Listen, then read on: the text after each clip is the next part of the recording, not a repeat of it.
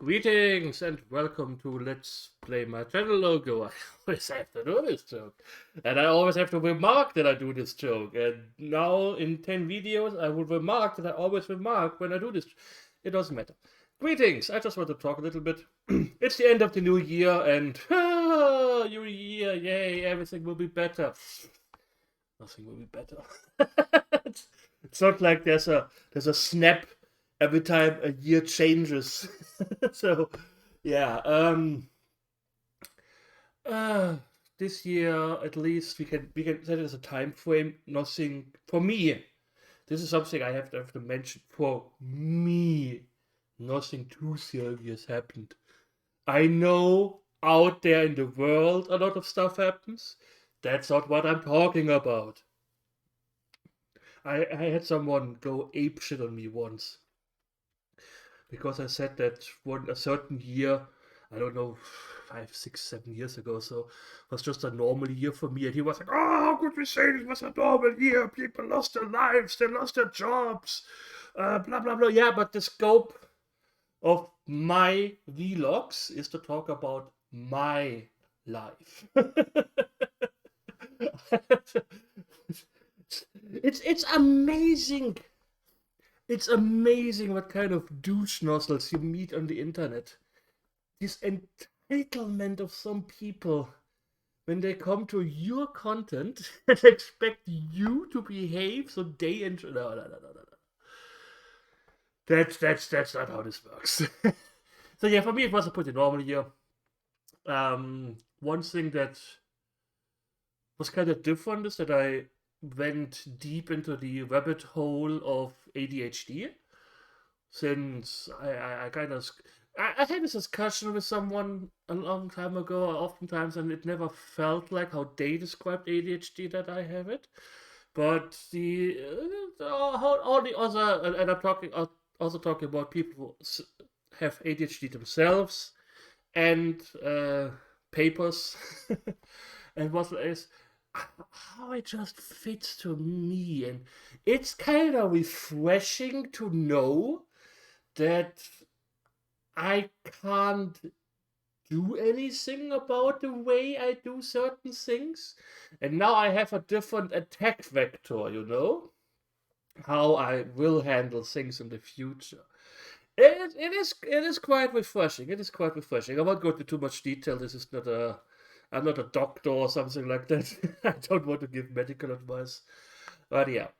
Um Other than that, the problem is I want to make so many videos next to Let's Play at the moment, not in general, that I think I will just merge a few things together. So this will be my, hey, Happy New Year, yay, next year, yay, and my devlog a little bit.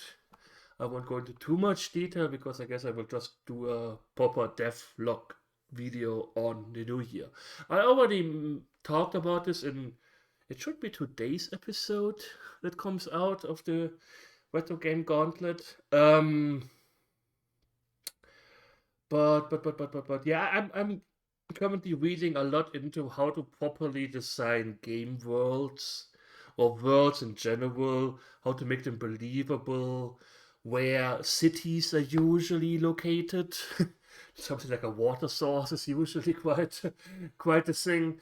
Um, how rivers flow, how lakes get drained, usually by only one river and not multiple ones, which is quite interesting if you think about it. Um, if you think about it, it does make sense why there's only one main river who drains them because of gravity. uh, Unless all of them are at the exact same height and they have some equilibrium of stuff, water coming in and water draining out, but with multiple ones it's even harder. And I don't want to bore you guys with details. Where mountains are usually located, why there are rarely single mountains, um, stuff like that. I have to read about Ayers Rock, but I think this one is quite single. Um, yeah, stuff like that. I'm thinking a lot about how to make my game flow, also story-wise. I I'm a big fan. If if you guys have realized yet, I'm a big fan of the Might and Magic series, and the Might and Magic series usually has like a lot of smallish stories. Like, oh, my unicorn horn was stolen by the evil witches. Please get it back, and stuff like that. Oh, uh, my wife was abducted by the zombies, and so on and so forth. So I think that's something that I also want in my game. So a lot of little different stories that kind of have like different tiers. Like the main story, I think for me at least, the main story should be something you shouldn't know from the beginning. That's something I hated in Oblivion. Oblivion. Oh, you are the chosen one. You have this amulet, and without the amulet, the Oblivion portals will destroy all of Faerun. Um, and then you run around collecting shit everywhere. So maybe there's some evil somewhere that's rising, and because this evil is rising, it kind of scales down. Like, I don't know. Just an example: an undead lich is rising somewhere in the north. Liches are always in the frozen north, kind of like the Lich King. Not the Lich King, but yeah, doesn't matter. So a lich is rising in the north. So now there's a lot of skeleton zombies, whatever, roaming around, killing everything they see. Because of this, the hunters that are at the that are not directly fighting with the skeletons, but they don't find any game anymore, so they turn into bandits and attack the surrounding villages or something, And because of this, there's a lot of people are moving to the south, and I don't know, some even wildlife gets moved away because the trolls don't have any, also not have no food source anymore because the humans are gone. So the trolls also come a little bit down to the south and stuff like that. So you have this cascading effect, and this all leads kind of to a bigger threat. You can also have smallish, smallish things. I was also thinking about maybe there's a corrupted source somewhere, and that corrupts the water and turns people into abominations, and other things are also affected by the source, but you don't know about the source yet. You just get told, yeah, there's this village over there is quite evil, and their abominations kill them all, and then you go from there. You also there are corrupted animals and everything's corrupted, and then you figure out, oh, there's this corrupted source. Kind of like this. I don't like this. I'm not a big fan of this. We all know that there's one single point of boss character, and everyone is aware of this, and but nobody's doing anything. Like, why are the kings and so on not? They just send some random adventurers out to solve their problems. Give me a reason for this. Maybe there's an orc invasion coming from the east, and all of the guards and soldiers are busy there, and then they hire mercenaries to do some smaller stuff, and then you figure out that there's actually something bigger, a bigger threat looming. Something like that. Something like that. I think would makes more sense. Kind of like what the Might and Magic series does. I mean, you usually don't know exactly what's going on, and you decide to figure out. You're just some adventurers who decide to figure out that something is strange. You had this vision or something, but not everyone is aware of the bigger problem. And of course, why would they listen to some random schmucks? They just run around there. I think that was the story in Might and Magic 2, where Korvax Soul comes before you and he says, "Yeah, your planet is adrift and will move into the sun. You have to do something about this in 100 years." I don't know. I'm ranting. Rambling. So yeah, that's what I'm thinking about. I'm thinking about the, like I said, the world, how I set up the story. A lot of work goes into asset making, and I first had this idea of making an adventure game in the engine, but then I was like, wait a second, the adventure game I had planned was more set into space. I don't know if I can set that as a more medieval thing. So I was thinking about maybe something like an observation duty like game, which also has a lot of scripting involved, but putting it into the medieval time. Medieval time. The reason being is I have to do a lot of assets. Not only monsters, chairs, wardrobes, bookcases, food items, to populate the world, to make it a little bit more believable, and so on. So I think some sort of observation duty game would be quite helpful because you have to make a lot of assets for these things, and so I can combine making assets, which I can use in my original game, into this sub game, or can make multiple sub games.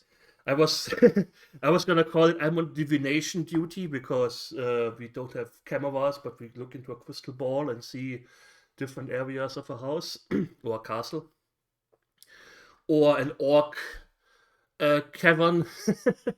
Then I can put in some monsters as intruder. I think that could work out. I'm quite hyped for this. Of course, everything we are talking here about years of work. I'm not saying, oh, I will be done in March and stuff, because I can't force myself to do stuff. If there's motivation, I will do it. If there's no motivation, I can't force myself because of ADHD. Hey, back to the back to the beginning.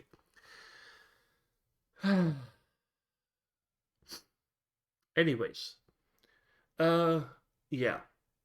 Oh yeah, also something for the SMS Gauntlet. I will take a break from it. I mentioned it a lot before. I have 12 videos of another game already prepared, and I will upload those starting the 1st of January. Then we will go back to some SMS Gauntlet, and hopefully until then I have another game already finished. And then I think I will just go back to playing old games. Maybe the Might and Magic series. Who knows? Who knows? Oh yeah, also something I want to take over from the Might and Magic series is I want to have an amazing amount of monsters. It doesn't matter if they are like stat-wise very similar, but I think it's so important to have different monsters in your fucking role-playing game.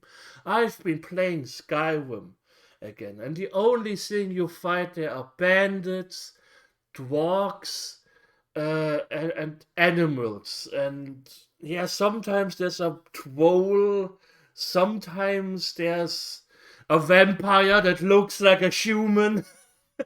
if they wouldn't be called vampires, I wouldn't even know what they are. So you're always fighting the same shit over and over and over and over again. Well, sometimes a dragon. They made fighting dragons boring in Skyrim. It's amazing. But yeah, so having a huge collection of monsters. I think I had this. Do I still have this somewhere? I don't think so. I think I checked how many monsters there are in Might and Magic. I think this was like 72 or so. Let me check real quick. I have this stored somewhere. So much talking. Guess I can't find it. But yeah, it was like 70 games or some 70 enemies or so. Of course. Send me messages. Send me messages as fast and as much as possible. Doesn't seem to be in this. Nah, I can't find it. Doesn't matter. Yeah. So I have a huge selection of monsters. even if it's just if the stat-wise may be similar. Of course, there will be differences, but some differences. But yeah, having mummies, skeletons, even different looking skeletons would be quite great. Some having like still armor on, some maybe an undead. I have I think I show this already. I've made a zombie camel. I've never seen a game with a zombie camel, but it's something like why are there so few undead animals or zombified animals in video games? You usually have like rats where you don't know if they are zombies or if they are just putrid. But yeah, fighting undead elephant or a zombie dog. Zombie dogs exist. Resident Evil. A zombie parrot. So there you go. Anyways, I thank you all for watching. I hope you have a wonderful New Year's Eve, and we will see each other in the new year. So take care and goodbye.